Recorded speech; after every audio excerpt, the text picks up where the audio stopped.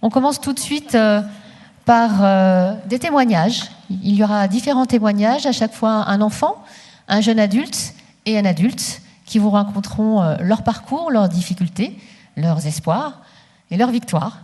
On va commencer par le témoignage, c'est difficile de commencer, le témoignage d'Alexandre, si tu veux bien me rejoindre. Qu'on applaudisse, s'il vous plaît, encouragez-le.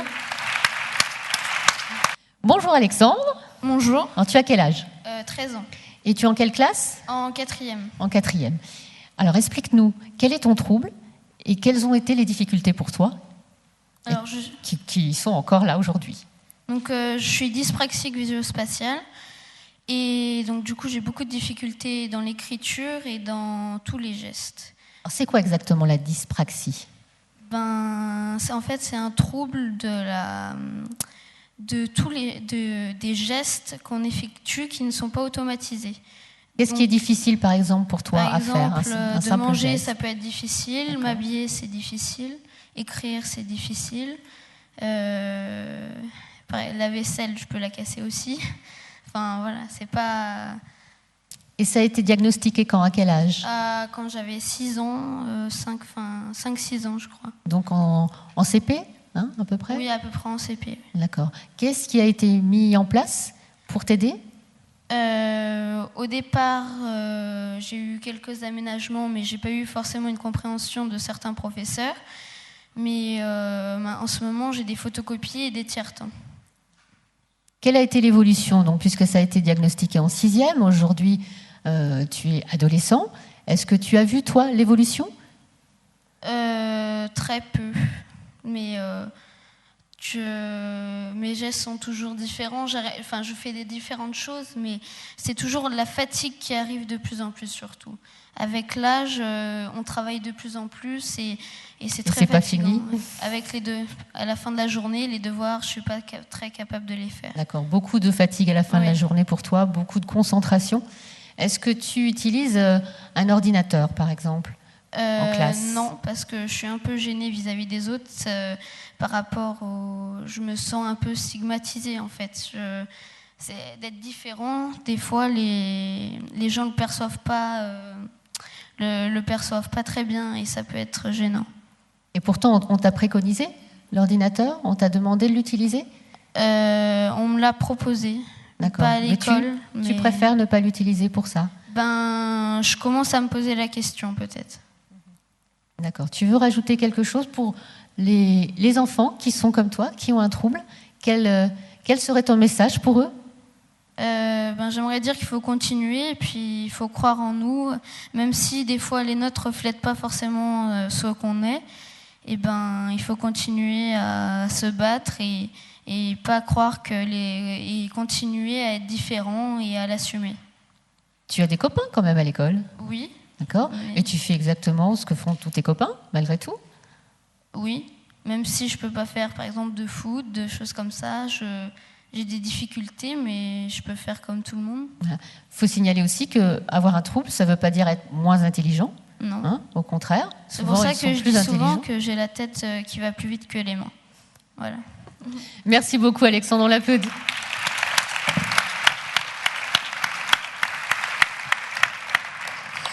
On accueille maintenant une autre jeune fille, Apolline, qui va faire doucement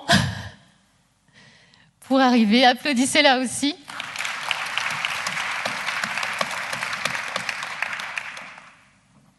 On la laisse s'installer. Bonjour Apolline. Bonjour. Alors, quel âge as-tu ? J'ai 11 ans. Et en quelle classe es-tu ? Je suis en 6e. Alors explique-nous comment s'est passée ta rentrée.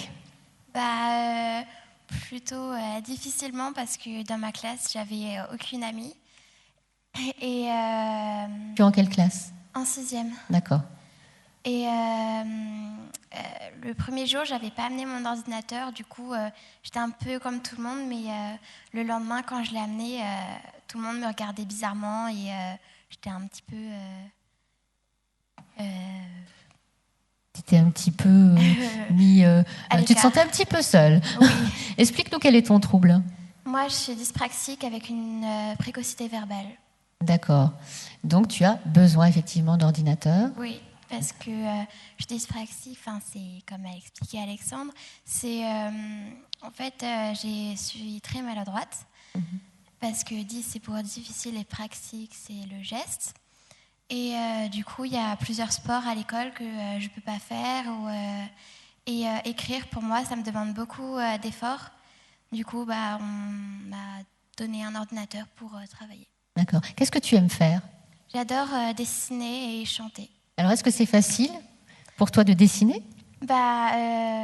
Non, parce que du coup, ça m'empêche un peu de vivre ma passion, parce que je suis vite fatiguée au bout d'un dessin et ça m'énerve beaucoup. D'accord, donc c'est ta passion, mais malheureusement pour toi, ça te demande plus d'efforts. Oui. Peut-être qu'avec l'outil informatique, tu pourras dessiner plus facilement aussi. J'ai essayé, mais j'y arrive pas trop. Et qu'est-ce que tu détestes? Je déteste mon ordinateur. Dommage. Oui. Et si toi, tu avais un message d'espoir à donner aussi aux adultes, comme aux enfants qui sont ici, ce serait quoi?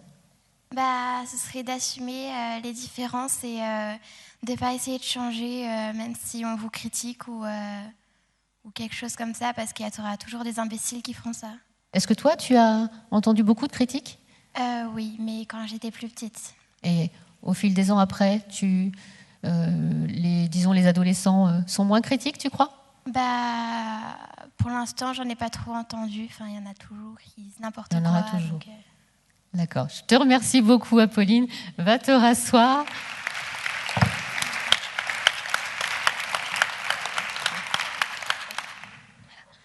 On va passer au témoignage de Christelle. Je ne sais pas où est Christelle. Bonjour Christelle. Christelle qui a 25 ans, je crois. Oui. C'est ça. Voilà, qui va nous raconter son parcours personnel. Là, je ne te poserai pas de questions. Je te laisse parler. Donc moi, je vais vous raconter mon parcours, en effet, plus après la vie, après le bac, donc au début de la vie active. Donc déjà, jusqu'au bac, j'ai réussi à avoir des aménagements. Bon, c'était pas facile, mais on a réussi à les avoir. Et après le bac, toutes les aides que j'ai eues, c'est simple, il n'y a aucune aide. J'ai, donc après mon bac S, fait une prépa kiné. Donc pendant l'année, on avait expliqué que j'avais des difficultés, que j'étais dyslexique, que j'avais besoin de tiers-temps, d'aménagement et tout. Ils ont dit oui, vous inquiétez pas, on a l'habitude, on connaît, il n'y a pas de souci. Et à la fin, quand il a fallu passer les concours, j'ai eu un tiers-temps dans certains concours, donc pas tous encore. Et la plupart du temps, c'était dans la même salle que les autres participants. Du coup, pour se concentrer, c'est pas du tout évident. Donc, résultat, j'ai eu aucun concours. Je n'ai pas réussi. Donc, l'année d'après, j'ai fait une année en réflexologie plantaire. Là, pareil, on était allé voir les professeurs en leur expliquant. Ils ont dit, comme d'habitude, on a l'habitude, vous inquiétez pas. Et à la fin, lors des concours, pareil, un tiers-temps, enfin même pas un tiers-temps, j'ai eu un peu de temps supplémentaire, c'est-à-dire le temps de la pause des autres. Donc voilà, j'ai été au rattrapage. Au final, j'ai eu mon diplôme en réflexologie. Donc. Après, en même temps que je faisais ma formation, j'ai travaillé en tant que serveuse. On peut dire que le travail, ça m'a jamais fait peur. Enfin, j'ai toujours dû travailler plus, fournir plus d'efforts pour arriver au même résultat. Donc, je sais ce que veut dire travailler, quoi. Ça, il n'y a pas de souci. Donc, l'année dernière, avec mon compagnon, nous avons créé une société. On fait la location de bateaux et balade en mer. Donc, on a déménagé et on fait quelque chose qui nous plaît. On est sur l'eau toute la journée, on profite et on est au contact des gens. Et voilà. Après, durant l'hiver, donc, je continue toujours la réflexologie plantaire. Je pense même que pour ça, ma dyslexie, c'est ma force, car j'ai un ressenti différent. Je suis plus sensible, j'ai des très bons résultats, on va dire. Donc, dans ces deux métiers, personne ne voit ou ne juge mes difficultés, car elles ne se voient pas. Et par contre, j'ai beaucoup de paperasse, de mails à faire ou des choses comme ça. Donc c'est sûr que c'est pas facile, mais vu que je suis ma propre matrone, on peut dire que j'ai le droit de mettre un peu plus de temps que d'autres personnes. Donc s'il y a quelque chose que je voudrais soutenir, c'est qu'on a quand même une aide, et certainement la plus importante, c'est celle de notre entourage. Donc tous les gens qui nous entourent, qui nous soutiennent, qui sont là coûte que coûte et qui nous poussent à avancer. Donc merci à tous ces gens. Merci aussi aux gens qui n'ont pas cru en nous, qui nous ont fait douter. Car grâce à eux, on avait la rage, on avait envie de se battre et de leur montrer qu'ils avaient tort. Donc grâce à eux aussi, on a avancé. Donc merci à tout le monde et surtout, continuons tous ensemble à avancer.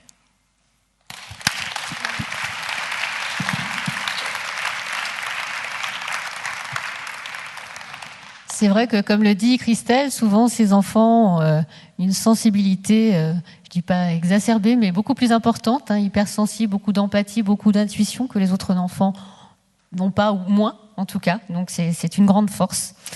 On accueille maintenant Pascal, qui doit être dans la salle. Merci Pascal. Vous voyez, on a toutes les générations.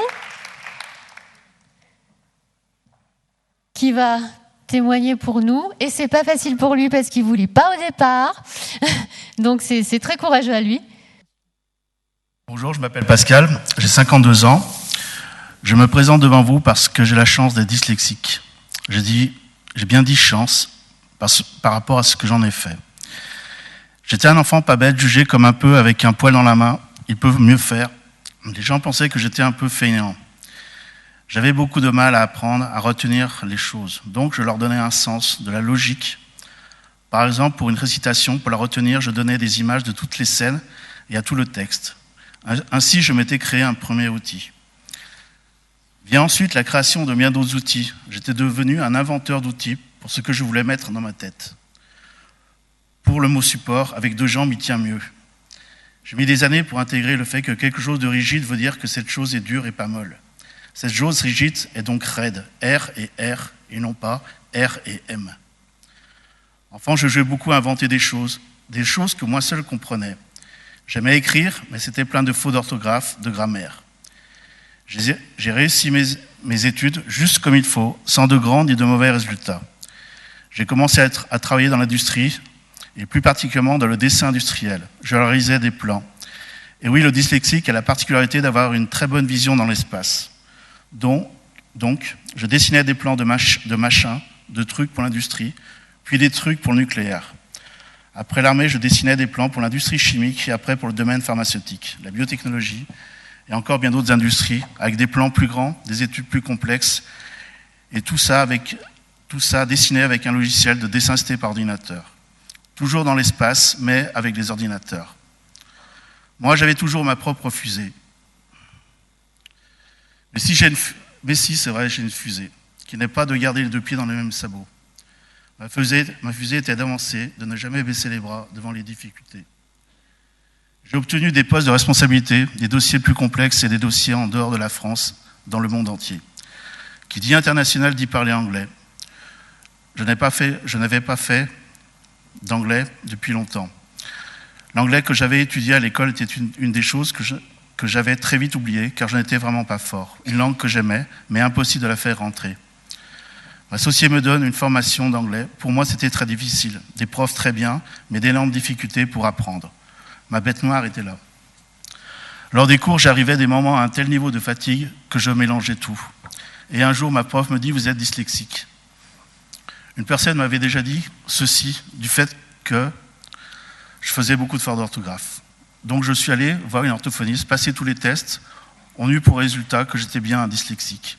Ainsi, à l'âge de 40 ans, mes difficultés portaient un nom. Et cette batterie de tests a mis en évidence mes points de difficulté passés. J'ai fait des séances d'orthophonie pendant 1 an. Je suis passé de 50 fautes sur une feuille à 5 fautes. J'ai fait beaucoup d'exercices pour exercer ma mémoire immédiate, mais j'ai beaucoup de difficultés pour retenir les choses. Si un collègue me parle avec une phrase trop longue dans laquelle il y a beaucoup de choses à retenir, je ne retiendrai que la dernière. Alors je lui demande de répéter pour éclaircir certains points, ou de reformuler, ou je reformule, ou je répète moi-même, ou s'il y a un écrit de ce qu'il a dit, qu'il me le donne. Voici des outils. J'ai mis plein d'outils en place pour arriver à vaincre mes difficultés. Mais l'outil principal reste le travail, la combativité, l'effort permanent. Je me suis épuisé par moments sur certaines difficultés. Le chemin que je prenais n'était pas le bon, alors j'en prenais un autre. Un de mes plus grands inconvénients, c'est que j'ai fait tout ceci tout seul, du fait d'une dyslexie, j'ai toujours du mal à le dire, dyslexie découverte très tard. Il y a un an, je me suis attaqué à mon Himalaya, qui est l'anglais. J'ai de nouveau obtenu une formation d'anglais par ma société. Aujourd'hui, j'ai beaucoup avancé, mais ceci grâce à l'encouragement d'une orthophoniste. Des tests chez un orthoptiste, études personnelles sur le type de mémorisation que je mettais en place, regarder certains aspects de l'hypnose, du son avec les fréquences et les bandes passantes. Beaucoup de recherches personnelles sur le mode de mémorisation de cette langue et les modes d'approche pour l'apprendre. J'ai pris des cours avec un prof qui n'a jamais vu de sa vie une personne qui avait une telle hargne et volonté. Je lui ai expliqué que ma volonté est seulement proportionnelle à ma difficulté. Dans ma société, où j'occupe un poste de cadre dans un service achat à l'international, je travaille que sur des dossiers en anglais. Ma difficulté est très importante. Mes collègues savent que je suis dyslexique et se rendent compte de l'immense travail fourni pour apprendre cette langue. J'ai 52 ans. Je vis avec plein de cannes que les gens ne voient pas. Mes cannes sont mes outils de la vie. Mes petits machins à moi. Et des machins, j'en ai une grosse valise. Mais surtout, je ne baisse pas les bras.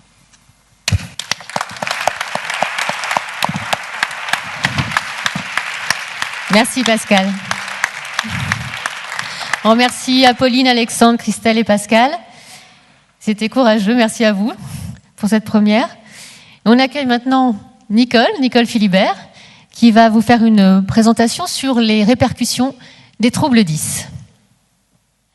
Juste.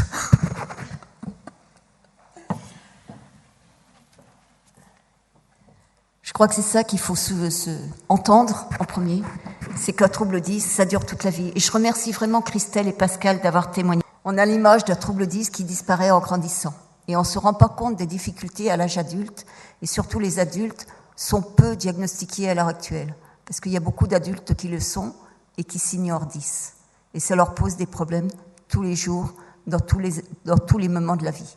Alors, on va essayer de voir ensemble les répercussions d'un trouble 10. C'est pas marrant d'être petite non plus. Allez, on y va. Pourquoi ça? Alors, on va faire un petit exercice tout ensemble. Vous allez lire tranquillement les 2 lignes. Allez-y, je vous écoute.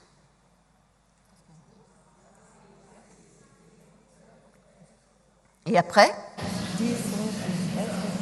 Pourquoi vous avez lu ça facilement? Pourquoi? Parce que votre cerveau a automatisé que la ligne du haut, c'était des lettres, et votre cerveau a automatisé que la ligne du bas, ce sont des chiffres. Votre cerveau n'a fait aucun effort. Pourtant, il y a quelque chose de très spécifique dans ces 2 lignes. Est-ce que vous avez remarqué? Voilà.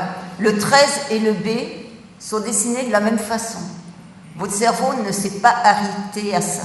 Pourquoi? Simplement parce qu'il a automatisé. Vous avez une fluidité. Maintenant, on va faire un autre petit exercice. On aime bien faire des exercices. Avec votre pied droit, vous allez faire des petits ronds comme ça, dans le sens des aiguilles d'une montre. Allez-y. Ça y est, tout le monde fait des pieds, fait des ronds. Maintenant, avec votre main droite, vous allez tracer un 6. Vous allez tracer un 6, voilà. Et que fait votre pied? Bizarre, hein, ce truc, hein? Alors, est-ce qu'on connaît si bien son cerveau que ça? Est-ce qu'on est capable de maîtriser son cerveau comme on le veut? Parce que les personnes qui n'arrivent pas à faire des choses, eh ben peut-être que c'est leur cerveau aussi qui n'arrive pas à le faire. Donc, ça ne sert à rien de leur faire remarquer d'une façon plus ou moins désagréable qu'elles soient capables de faire des choses, alors que nous-mêmes, on n'y arrive pas. Puis maintenant, on va faire un petit peu de lecture. Alors, ça va être très rapide parce que le temps passe. Chronométré. Allez-y, lisez. Allez, je vous écoute. Et puis, vous répondez à la question en bas. Et on se dépêche parce que c'est quelque chose qui est du niveau du CE1, CE2, CM1. Ça y est? Vous avez répondu à la question? Alors, est-ce que vous n'êtes pas très intelligent ou est-ce que vous êtes moyennement intelligent ou est-ce que vous êtes très intelligent? Comment vous sentez-vous Quand vous êtes face à un exercice comme ça, parce que qu'est-ce que vous préférez? Le lire comme en bas ou comme en haut? Comme en bas. Pourquoi? Parce que votre cerveau a automatisé une certaine façon de lire. Et ça ne lui cause aucun effort. Tandis qu'en haut, votre cerveau est obligé de faire des efforts. Il n'a pas automatisé. Et c'est ça. Les troubles 10, c'est ça. Si on veut résumer en quelques mots, c'est une maladresse qui nous perturbe toute la vie parce qu'il y a des choses qu'on n'automatise pas. Alors, chaque fois que vous êtes confronté à quelqu'un qui est 10, rappelez-vous un petit peu ces exercices que vous avez faits pour vous dire, peut-être que ce n'est pas de sa faute s'il est 10, c'est dans son cerveau qu'il n'a pas automatisé certaines choses. Son cerveau refuse d'automatiser. Pourquoi? Parce que le cerveau, c'est l'organe qui est le plus complexe, qui a jamais été produit dans l'histoire du vivant. Il y a très souvent le cerveau, on se le représente avec la première image, vous savez, quelque chose de très simple. Alors qu'on a entre 90 et 100 millions de neurones dans notre cerveau qui chacun font des connexions. Notre cerveau, c'est quelque chose qui nous permet de comprendre, de nous adapter et d'agir sur notre environnement. Et quelquefois, le cerveau, c'est aussi quelque chose où on s'est aperçu, c'est une véritable mosaïque, notre cerveau. On a différentes zones dans notre cerveau qui sont adaptées pour une fonction très précise. Par exemple, on a l'aire du langage oral, on a l'aire visuelle, etc. Il suffit d'avoir un petit dysfonctionnement dans une de ces zones pour qu'il y ait quelque chose qui se passe mal. Mais ce n'est pas de notre faute, ce n'est pas nous qui ne voulons pas. C'est qu'il y a au départ quelque chose qui fonctionne différemment. Et c'est ça. Les troubles 10, ce sont des troubles neurodéveloppementaux qui entravent les apprentissages dans un ou plusieurs domaines. Au départ, vous avez quelque chose qui se passe ici, au niveau neurobiologique. Il y a un petit dysfonctionnement. Ça entraîne des difficultés spécifiques dans un domaine précis. Et nous, ce qu'on voit, ce sont les répercussions de ces troubles lors de l'écriture, lors du calcul, lors du geste ou lors de la parole. Et ça forme un handicap invisible. Voilà. Ce sont des véritables situations de handicap qui sont encore peu reconnues. Il ne faut pas dire les troubles 10, ah oui, je connais, c'est quelqu'un, il confond les lettres. Non, pas du tout. Il faut aller chercher d'une façon plus profonde. Il faut s'interroger quand quelqu'un a des problèmes. De toute façon, on peut confondre les lettres pour tout un tas de raisons qui ne sont pas liées aux troubles 10. Donc, à l'heure actuelle, quand on vit en société, qu'est-ce qu'on nous demande? Dans une époque plus ancienne, on n'avait pas besoin de tout ça. On n'avait pas besoin de savoir lire d'une façon fluide. On n'avait pas besoin de savoir écrire. Mais maintenant, on en a besoin pour vivre en société. Il faut qu'on sache communiquer, il faut qu'on sache lire, il faut qu'on sache écrire, il faut savoir compter et surtout, il faut être réactif. On nous demande de plus en plus d'être réactif, de vivre à 100 à l'heure. Alors que quand on a un trouble 10, on a des difficultés de compréhension, on a des difficultés de transcription, de rédaction, on a très souvent une dysorthographie qui reste avec l'âge.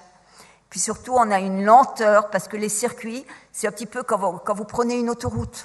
Vous allez d'un point à l'autre d'une façon très rapide. Quand vous avez un trouble 10, quelquefois, vous ne pouvez pas prendre cette autoroute-là. Vous prenez des routes de campagne pour aller à ce même point. Mais ça ne vous empêche pas d'aller dans une autre autoroute, sur une autre autoroute, pour aller dans une direction totalement différente. Dans un certain domaine, vous avez un manque d'automatisation. C'est ce manque d'automatisation qui va pénaliser.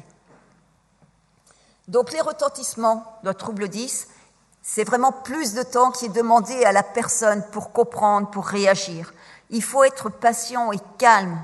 Ça ne sert à rien de s'énerver, parce que quand on s'énerve, on retransmet notre énervement à la personne. Il faut plus d'attention pour elle aussi. Il faut surtout qu'elle rencontre des gens qui soient beaucoup plus compréhensifs par rapport à son trouble. Alors les troubles 10, est-ce que ça va être un cercle vicieux? Voilà. Je vais vous donner 2 exemples. Ah ben c'est parti. Voilà. Vous avez exactement la même élève. À droite, un devoir d'histoire qui a été fait en première, S. Il n'y a eu aucun aménagement. L'enseignante qui y était refusait de considérer que cet élève avait un trouble 10. Vous pouvez remarquer l'écriture. L'écriture, elle n'est pas très jolie. et le nombre de fautes d'orthographe. Pourquoi? Parce que cette élève, elle était continuellement stressée dans cette matière. De l'autre côté, vous avez la même élève qui a fait une copie dans une autre matière.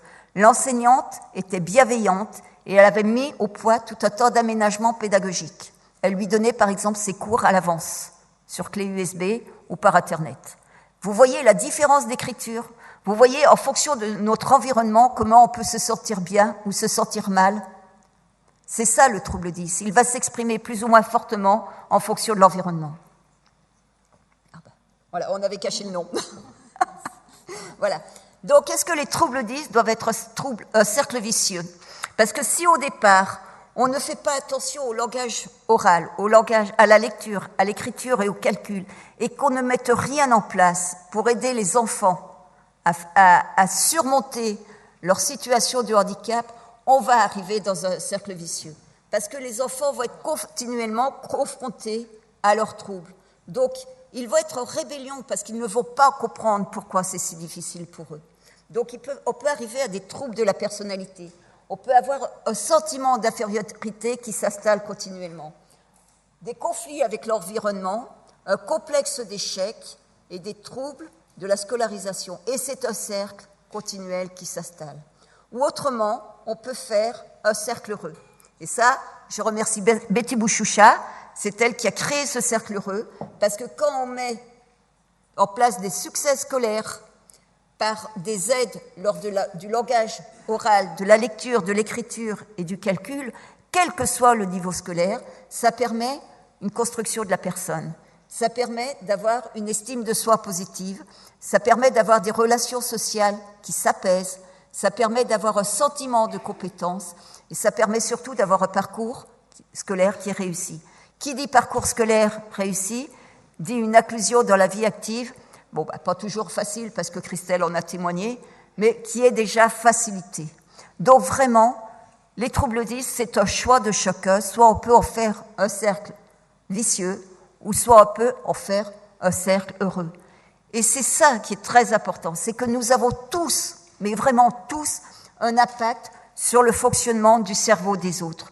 Que l'on soit parents, avec les réflexions que l'on fait à nos enfants le soir, que l'on soit enseignant, que l'on soit professionnel de la rééducation, que l'on soit simple voisin, que l'on soit un élu, quiconque, nous avons tous des répercussions sur le fonctionnement du cerveau des autres. Et je pense que les troubles 10 sont une façon de voir comment on peut fonctionner tous ensemble d'une façon beaucoup plus sereine, si on fait attention aux autres et à ne pas les blesser. Parce qu'on blesse tous autant qu'on est des millions d'adultes, on est tous en train de blesser des millions d'enfants et de ne pas les aider à se construire, alors que tous ensemble, on peut les aider à se construire. Voilà. Donc vous allez voir qui est concerné par les troubles 10. Donc, moi, je vous remercie de votre attention. Et puis, il y en a une autre. Il faut vous rappeler que tous les 10, ils ont vraiment, vraiment beaucoup de talent.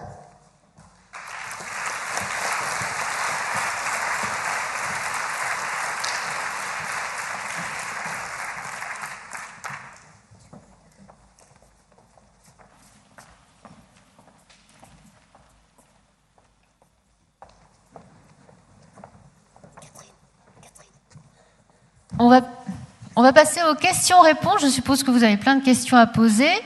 Il y a parmi nous le docteur Revol du centre de référence, neuropsychiatre et pédopsychiatre, Catherine Adoyom de l'Éducation nationale, responsable départementale du SAPAD, le service d'assistance pédagogique à domicile, inspectrice à l'Éducation nationale également. Je vais leur demander de me rejoindre. Merci Catherine. Et monsieur Revol qui arrive, ainsi que Nicole qui reste avec nous.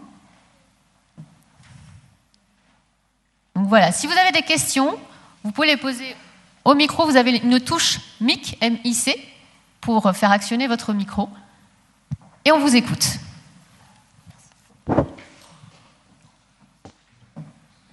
C'est toujours la première question qui est difficile. Qui va la poser ? Oui, je voulais savoir quels sont les dispositifs de prise en charge au niveau de la MDPH. On va les appeler ?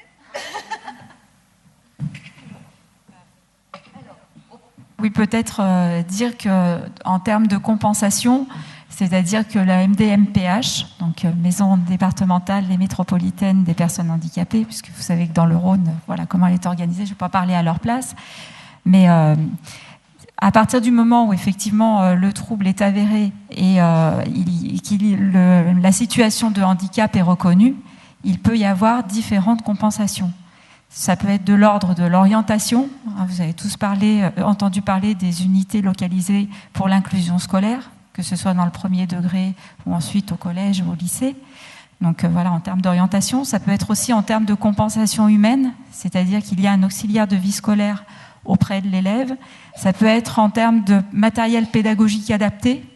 Voilà, ce sont les compensations qui sont ordonnées par la MDMPH sur notification et que l'éducation nationale se doit de mettre en place à partir du moment où les élèves sont reconnus en situation de handicap. Juste devant vous. Oui. Merci. Voilà, je suis donc AESH, donc groupe scolaire Nové-Josserand. Et donc, je vois qu'il n'a pas été encore trop été abordé. Donc, l'accompagnement scolaire. Là, je suis donc mutualisée sur 4 enfants. 2 sont notifiés MDPH. Il n'y a pas de dotation horaire, c'est-à-dire qu'il n'y a pas de... Donc, c'est à nous de voir si l'enfant, etc. J'en ai 2 dans une classe. J'ai 2 enfants auxquels je dois apporter mon aide. Et ça, c'est pas au niveau de la compétence que ça me met en difficulté, mais c'est au niveau des enfants, de leur ressenti. Quand j'en aide un, l'autre va ressentir comme un délaissement. Et quand je suis avec l'autre, il y a aussi ce ressenti. Et en plus, il y a ce détachement sur une autre classe qui fait que les enfants s'y retrouvent plus vraiment. Ils ont l'impression d'être délaissés, alors que nous, voilà, on est là, on essaye aussi de faire fonctionner des aménagements, on en fait référence aussi donc aux enseignants quand on pense que c'est nécessaire. Le tiers-temps, des fois on le propose, des fois on essaye de l'imposer. C'est vrai que c'est un petit peu difficile. Bon, là c'est de l'élémentaire. Par la suite, je vois que ça devient encore plus compliqué. Donc là c'est vrai que je ne saisis pas, d'autant plus que, à savoir, les AESH, donc ex-AVS, sont très peu estimés. On trouve très peu de... On les valorise pas, on ne valorise pas leur travail. C'est mon ressenti, voilà. Donc, quid ? C'est votre ressenti, mais ce n'est pas la reconnaissance que l'éducation nationale tente de vous renvoyer, parce qu'effectivement, nous avons ô combien besoin, vous êtes ô combien précieuse pour accompagner les élèves. Après, tout est une question, donc j'abordais la question de la notification.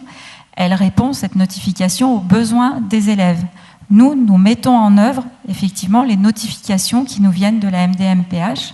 Donc, à partir du moment où il y a eu l'étude du cas de l'élève par l'équipe pluridisciplinaire, qu'ensuite la Commission des droits et de l'autonomie a statué qu'il y avait un besoin d'aide mutualisée, eh bien, effectivement, il faut l'expliquer, effectivement, aux élèves, ça c'est bien entendu, notamment au cours des équipes de suivi de scolarisation, et que ce soit inscrit dans la mise en œuvre du programme personnalisé de scolarisation. En sachant quand même que les élèves ne sont pas présents aux ESS, les enfants ne sont pas présents, et ils peuvent venir. C'est pas notre travail de nous-mêmes faire la démarche quand ils viennent, surtout d'être dépistés, de les sensibiliser à leur handicap. Après, les valoriser, certes, oui, ça on le sait, mais pour certains, c'est très difficile. Pour moi, en tout cas, voilà, je suis pas là pour sensibiliser l'enfant. Mais j'ai envie de dire, vous n'êtes pas seul. Enfin, après, je passerai bien sûr la parole au professeur Revol, mais moi, il me semble que dans cette affaire-là, en tout cas, ce que j'ai envie de dire, c'est que ce qui fait la force, c'est qu'on est ensemble, voilà, autour d'un élève, et que du coup, on va passer en sous-effectif très bientôt. C'est pour ça que je tire un petit peu la scène d'Alain, en sachant que quand même, voilà, au niveau des recrutements... écoutez, on vous a bien entendu, merci madame. On va passer à une autre question, sauf si monsieur Revol veut intervenir là-dessus. Non, je pense que d'abord on vous remercie de votre présence. C'est vrai que les enfants adorent l'AVS, l'ex-AVS, que bien entendu vous êtes en train de déplorer le fait que vous êtes trop souvent mutualisés et moins souvent individualisé, mais en même temps, bon, d'abord, c'est des contraintes, j'imagine, budgétaires, d'une part, et puis d'autre part... Alors là, excusez-moi, mais je vous assure que pas forcément. Ça répond vraiment aux besoins de l'élève, et que, en ce qui concerne l'autonomie, enfin, je tiens quand même à le souligner, c'est qu'on travaille énormément et en étroite collaboration avec les MDMPH, et que ce n'est absolument pas une question de moyens, parce que je peux vous dire que le nombre de recrutements est pléthorique et qu'on répond vraiment le plus possible aux besoins des élèves, j'insiste. Et puis, en même temps, simplement, c'est aussi important pour l'enfant que vous soyez là, et puis que de moment vous soyez moins là et moins disponible pour lui. Parce que, comme vous le disiez très justement, on est là pour les amener vers l'autonomie. Et les trois témoignages qu'on a eu avant étaient remarquables, hein, c'est-à-dire que notre mission, c'est pas qu'un jour, l'enfant, on lui ait tellement enlevé toutes les bosses qu'il ne saura jamais ce qui est dans les bosses. Donc le but du jeu, c'est aussi de l'amener progressivement, mais sans douleur, à pouvoir acquérir des fonctions cognitives qu'il n'a pas pour l'instant, éviter que ces fonctions cognitives qui sont en difficulté, comme on l'a montré tout à l'heure, retentissent. Et j'ai bien aimé ce qu'a dit Nicole Philibert avant, c'est-à-dire qu'on a vraiment cet effet domino, hein, où il y a le domino neurologique qui fait tomber le domino réussite scolaire, qui fait tomber le domino estime de soi. Donc notre mission, c'est ça, votre mission, c'est ça, qu'à un moment donné, on le remette un peu à égalité avec les autres. Alors oui, je déplore comme vous que parfois c'est difficile quand ils vous voient vous occuper de l'autre et que vous êtes moins disponible, mais déjà c'est tellement mieux que ce qu'on a pu connaître auparavant que... Merci. Une autre question peut-être ? Bonjour, mon fils en fait est dyspraxique avec un trouble de l'attention. Récemment on m'a dit que ce serait bien de le mettre sous Ritaline. J'ai un peu de réticence. Je voulais savoir comment ça se passait et surtout comment ça évoluait dans le temps, c'est-à-dire est-ce qu'il devra toujours avoir recours à ça ou est-ce qu'il arrivera à s'en passer, voilà, parce qu'actuellement il est beaucoup dans le refus de ce qui lui arrive. Ça fait 2 ans en fait qu'on a diagnostiqué la dyspraxie, on a mis en place un certain nombre de prises en charge. Il est dans le refus de ses prises en charge, il est dans le refus justement de son EVS, parce qu'il y a des fois en classe, les autres enfants peuvent travailler par 2, mais lui, du coup, il travaille avec son EVS. Les temps de devoirs sont très compliqués. Et c'est vrai que moi, je m'épuise un peu. Donc voilà, je suis dans une période où je suis un peu à la croisée des chemins et je ne sais pas ce qui est bien ou ce qui ne l'est pas. Oui, alors vous posez un problème qui est très important, et merci de votre question. Les troubles 10 et les troubles d'attention font bon ménage, malheureusement. C'est-à-dire que très souvent, les enfants 10 ont également un trouble d'attention, pas tous, mais le problème, c'est que le trouble d'attention et le trouble 10 s'entrechoquent, et l'enfant s'épuise à contrôler son trouble 10, que ce soit une dyspraxie, donc une maladresse globale, ou une dyslexie, une difficulté avec le langage oral ou écrit, ou une dyscalculie, et que le trouble d'attention ne lui permet pas d'être assez disponible pour mettre en place les aménagements par rapport à sa maladresse. Alors après, votre question qui est est-ce qu'il faut le traiter ou pas le traiter, il y a eu des recommandations françaises de la Haute Autorité de Santé en février 2015 qui disent le trouble d'attention, d'abord on doit mettre en place des aménagements pédagogiques, des aménagements familiaux, une reconnaissance de l'école, du temps, une aide humaine, individuelle ou partagée. Et ce n'est que dans un deuxième temps, si tous ces aménagements ne sont pas suffisants, que vous pouvez vous retourner vers un service expert, un spécialiste, pour voir si on doit donner le traitement ou pas. Ça, c'est la première partie de votre question. Donc, ce n'est pas obligatoire. Ce n'est pas parce qu'on a un trouble d'attention qu'il faut traiter, même si le trouble d'attention est avéré. Par contre, il faut s'assurer que ce trouble d'attention a été bien compris, repéré, comme tout ce qu'on a dit jusqu'à maintenant, et reconnu par l'éducation nationale. Ensuite, vous posez la question qui est aussi très importante, c'est jusqu'à quand ? Malheureusement, je vais vous répondre, un trouble d'attention, c'est un trouble 10. C'est pas dyslexique, qui n'est pas l'hémisphère gauche qui va pas bien, c'est pas dyspraxique, l'hémisphère droit, c'est dysexécutif, c'est-à-dire la capacité à filtrer les distracteurs, à se mettre en place à une activité, à la planifier, à revenir dessus si elle n'est pas bonne et à l'amener jusqu'au bout.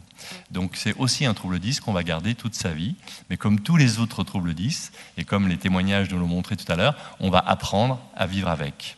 Et non seulement on va apprendre à vivre avec, mais j'ai bien aimé le témoignage de Pascal, c'est qu'on va en faire une force aussi.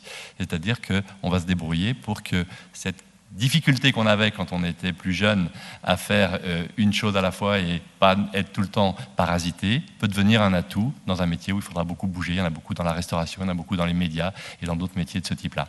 Donc, aussi, comme le disait Pascal, ça peut être une chance. Pour l'instant, c'est un peu un handicap, tant que ce n'est pas repéré. À partir du moment où c'est repéré, compris par l'environnement, mais aussi compris par l'enfant, eh bien, ça le réconcilie avec l'école et ça le réconcilie avec ses enseignants. Le traitement n'est pas indispensable. On va terminer avec une question de Florian, parce que l'heure tourne et il va y avoir la deuxième conférence. Vas-y, pose ta question, je te mets le micro. Pourquoi je suis 10 mais pas mes amis? Pourquoi il est 10 mais pas ses amis? Je connais pas tes amis, ils sont peut-être 10, tu sais. Et puis tu sais, 10, c'est pas... on est tous un peu 10 pour quelque chose. Et puis tu sais, tu le vois bien qu'un trouble 10, c'est invisible. Personne ne voit que tu es 10. Et tu sais pas du tout si tes amis, ils n'ont pas aussi des particularités, mais qui ne sont pas dites. Et puis tu as entendu ce que disait l'adulte tout à l'heure, Pascal, qui disait que ça avait été une chance pour lui d'être 10. Alors pour l'instant, tu ne le vois pas comme une chance, mais tu verras quand tu seras grand que... Surtout maintenant, hein, tu vois, surtout à l'âge que tu as. Je pense qu'au siècle dernier, ce n'était pas la même chose. Mais maintenant qu'on a repéré à temps, c'est une différence. Tu vois, ce n'est pas une maladie, c'est une différence. Et ça sera à toi d'en faire un tremplin. Hein. Pour l'instant, c'est un peu un obstacle à l'école, mais ça ne le sera plus tard. Encore une dernière question. On a le temps juste pour une dernière. Là, me dit-on. Oui, j'ai une question pour l'inspectrice de l'Éducation nationale. En fait, voilà. J'aimerais savoir si les décisions de la MDPH sont vraiment font force de droit. C'est-à-dire, est-ce que lorsqu'il est notifié qu'un enfant doit avoir 18 heures d'AVS, vous lui donnez obligatoirement 18 heures d'AVS? Généralement, oui, on s'évertue à pouvoir mettre en place les aménagements qui nous sont préconisés.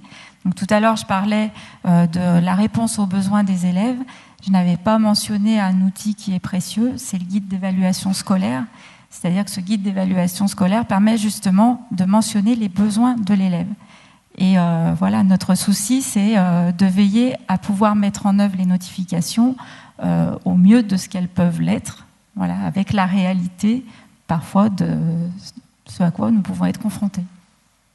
Mais nous sommes tenus, oui, bien sûr. D'accord, merci.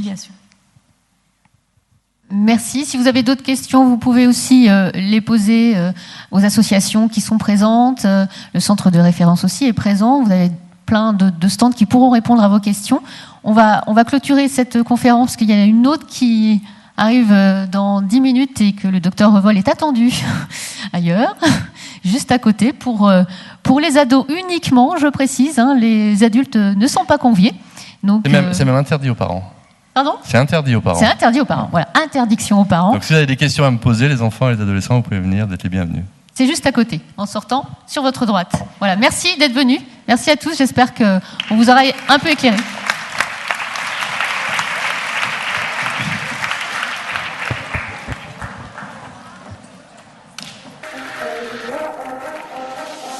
Wow.